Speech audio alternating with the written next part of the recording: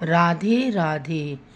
जैसे कि मैं आपको कभी कभी नैतिकता के ऊपर भी बताती हूँ कि नैतिक धर्म क्या है, हमारी आध्यात्मिकता क्या है, हमारे जीवन की उद्देश्यता क्या है और हमारे जीवन का लक्ष्य क्या है।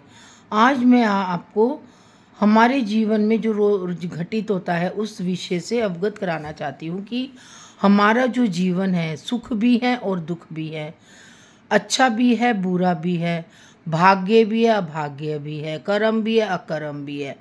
तो हम जो जीवन जीते हैं हम भगवान कृष्ण के अनुसार जीते हैं।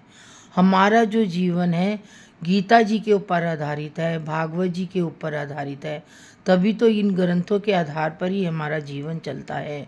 हम जो जीवन जीते हैं वो सिर्फ भागवत जी के अनुसार जीते हैं और भगवत गीता जी के अनुसार जीते हैं। क्यों? और दोनों में ही कौन समाया है? दोनों में ही राधा रानी शक्ति और कृष्ण समाई हुई है। तो हमारे जीवन में कई बार इतनी विषम परिस्थितियाँ आ जाती है कि हम अगर दुनिया वालों का साथ लेना चाहें तो दुनिया वाले नहीं साथ देते हैं, और अगर हम भगवान का साथ लें तो भगवान हमारा हर पग पग पर साथ चलता है। ये मेरा एक साक्षात उदाहरण है। आज मैं आपके सामने प्रत्यक्ष रूप से आप लोगों को बता रही हूँ। और आज जो मैं इस विषय पे क्यों बोल पा रही हूँ, क्योंकि मैंने अभी 6 महीने के अंदर इतनी कठिन परिस्थितियाँ देखी अपने अंदर, इतनी कठिन परिस्थितियों के से गुजरी हूँ मैं कि मुझे नहीं लगता था कि अब मेरी ज़िंदगी में कुछ रहेगा या नहीं रहेगा। लेकिन मेरे साथ एक वाइब्रेशन चली, एक आध्यात्मिकता की शक्ति चली, और आज मैं जो आपके सामने बैठी हूँ वो उसी शक्ति के द्वारा बैठी हूँ।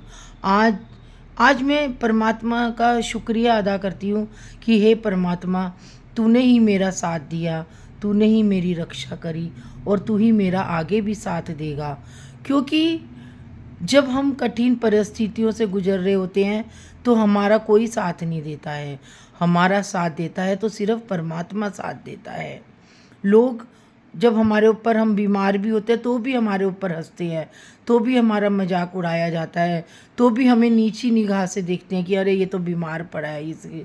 तो लोग ये नहीं देखते कि ये कितनी कठिन परिस्थितियों से गुजर रहा होता है उस समय। तो कई लोग तो इतनी दुआएं देते हैं, और जो जो नहीं करना चाहते वो हमारा मजाक उड़ाते हैं, हमारा तिरस्कार करते हैं, हमें एक अलग अलग उसमें रखते हैं कि जैसे हम बीमार हो गए हैं तो हमारे अंदर हमारा कोई एटीट्यूड नहीं है, हमारा कोई व्यक्तित्व नहीं है। आज मैं सबसे यही कहती हूँ कि अगर कोई बीमार है, मैंने इतने 2 साल से मैं बीमारी झेल रही हूँ, तो हमारे अंदर एक पावर होनी चाहिए। जब तक हमारे अंदर पावर नहीं होगी तो हम उस बीमारी को झेल नहीं पाएंगे। और अगर आज हमारे अंदर पावर होगी तो हमारे ऊपर चाहे कितनी ही बड़ी से बड़ी बीमारी आ जाए, चाहे हमारे ऊपर कितनी बड़ी विपदा भी आ जाएगी, तो भी हम उसको झेल कर पार हो जाएंगे। क्योंकि आज मैंने उस चीज़ को महसूस किया है, और आगे भी इसलिए महसूस किया है ताकि मैं और लोगों को सचेत कर सकूं जो कि गंभीर से गंभीर बीमारियों से जूझ रहे हैं और अपने आप को ढीला समझ रहे हैं और अपने आप को बेबस समझ रहे हैं। अपने आप को कभी भी बेबस नहीं समझना चाहिए। भगवान ने अगर हमें किसी बीमारी से ग्रस्त किया है तो हमें उस बीमारी का मुकाबला करना चाहिए, अपने अंदर इतनी शक्ति लानी चाहिए कि हम उस बीमारी को बीमारी ना समझकर एक एक ये भी भगवान का प्रसाद के रूप में उसे ग्रहण करें, ताकि हम उस बीमारी से जल्दी उभर सकें और अपने आप को स्वस्थ कर सकें। क्योंकि जब तक हम अपने आप में पावर नहीं लाएंगे, अपने अंदर एक वाइब्रेशन नहीं लाएंगे, अपने अंदर एक शक्ति नहीं लेकर आएंगे, तब तक हम उस बीमारी से से छुटकारा नहीं पा सकते। ये मैंने अपने ऊपर आजमाया है और आजमा रही हूँ। तो इसीलिए मैं आप सबके सामने व्यक्त कर रही हूँ कि आगे जो भी बीमार है या जो भी किसी को कोई बीमारी है तो वो अपने अंदर वाइब्रेशन लाए, कोई नहीं है इस दुनिया में जो आपको का करे या कोई वो करे। हाँ, एक भगवान और एक डॉक्टर। डॉक्टर के भगवान के बाद अगर कोई है तो वो डॉक्टर है, उसकी पूरी टीम है और वो ही हमारी रक्षा करती है, वो ही हमें हमें सहारा देती है और वो ही हमें आगे बढ़ने की प्रेरणा करती है, वो ही हमारी सेवा करती है। उनके बगैर हम कोई भी बीमारी हो, हम उस बीमारी से अपने आप को निकाल ही नहीं पाएंगे जब तक हमारे को डॉक्टर की का प्रोत्साहन, डॉक्टर का हमें अच्छा गाइडेंस नहीं मिलेगा, तब तक हम उस बीमारी से अपने आप को छुड़ा ही नहीं पाएंगे। अब है नैतिकता क्या है। नैतिकता वो है हमारे जीवन में कि हमें हमेशा अपने नैतिक धर्म के अनुसार चलना चाहिए। समाज को नहीं देखना चाहिए कि हमें समाज क्या कहेगा, हमारे बारे में समाज क्या सोचेगा। हमें वही कार्य करना चाहिए जो हमारे मन को खुश रखे, जो हमारी ज़िंदगी को आगे चला सके, जो हमारी ज़िंदगी में वैभवता लाए, हमारी ज़िंदगी में उत्सुकता लाए, हमारी ज़िंदगी में खुशहाली लाए, हमारी ज़िंदगी में सुख और समृद्धि लाए। हमें उस नैतिक मूल्यों पे चलना चाहिए, ना कि रिश्तों और समाज के ऊपर तो बिल्कुल भी नहीं चलना चाहिए। क्योंकि अगर हम समाज और रिश्तों पे चलेंगे तो हम अपना वजूद ही नहीं वजूद को प्राप्त ही नहीं कर पाएंगे। अगर हमें अपना वजूद प्राप्त करना है तो हमें अपने हर उस कदम पे चलना चाहिए जो कि हमें अच्छा लगे, जो कि हम उसको अपने व्यवहार में ला सके, अपने अपने जीवन के उस व्यवहार में ला सके जिसमें हमें शांति और सुकून मिल सके और हमारा मन शांत रहे।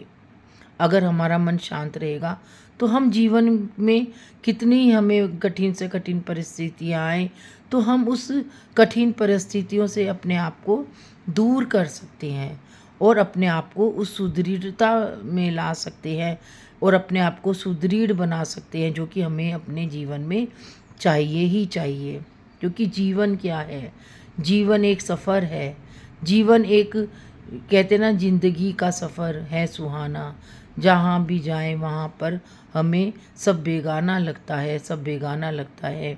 हम आए तो हैं इस दुनिया में, हम आए तो हैं इस दुनिया में, लेकिन इस दुनिया वालों के लिए हम क्या हैं, हम बेगाने हैं। हम कठपुतली की तरह दुनिया वाले हमें नचाते हैं और हम नाचते चले जाते हैं, नाचते चले जाते हैं इस शर्म में कि हमें समाज क्या कहेगा, हमारे रिश्ते नाते हमें क्या कहेंगे। लेकिन उस रिश्ते नातों को निभाने के चक्कर में, उस समाज को निभाने के चक्कर में हम अपने वजूद को खोते चले जाते हैं, खोते चले जाते हैं। और जब जब हम ज़िंदगी के उस पड़ाव में आके जब हमारी ज़िंदगी ठहर सी जाती है और जब हमें उस रिश्ते नाते और समाज की ज़रूरत होती है तो कोई नहीं हमारे आगे आता। आगे आता है तो सिर्फ़ एक परमात्मा, हमारी भक्ति, हमारी आध्यात्मिकता, हमारे अंदर की वाइब्रेशन। और हम सोचते कि पैसा आएगा, लेकिन पैसा भी काम आता है, लेकिन जब हमारे अंदर परमात्मा का आशीर्वाद होता है, परमात्मा की वैभवता होती है, परमात्मा का हमारे ऊपर बहुत बड़ा हाथ होता है, तो वो भी हमारे लिए कहीं ना कहीं से हर चीज़ का बंदोबस्त करता है। जैसे भगवान ने नरसिंह का अवतार, वो भगवान ने नरसिंह मेहता का वो लेकर और भात भरा था, तो ऐसे ही हम भी परमात्मा से कहे कि हे परमात्मा, जैसे तूने नानी बाई का मायरे में भात भरा था, ऐसे ही तू भी हमारा भात भरा कर। जब भी हम कठिन से कठिन परिस्थितियों से उभरे, तो जब भी तू हमारा भात भरा कर, हम जब भी तुझे पुकारे तू हमारी रक्षा करा कर, द्रौपदी की तरह, गज की तरह। और हमारे कठिन से कठिन परिस्थितियों में भी हमें अपना आसरा दे, हमें अपना जो भी हमारे को चाहिए वो हमें प्रदान करे। और ये सब हम किसके सारे कर सकते हैं, वो सिर्फ अपने परमात्मा के अनुसार कर सकते हैं, परमात्मा की रजा से कर सकते हैं, उसकी उस शक्ति के द्वारा कर सकते हैं जिसमें परमात्मा समाया हुआ है। आज के लिए इतना ही। राधे राधे।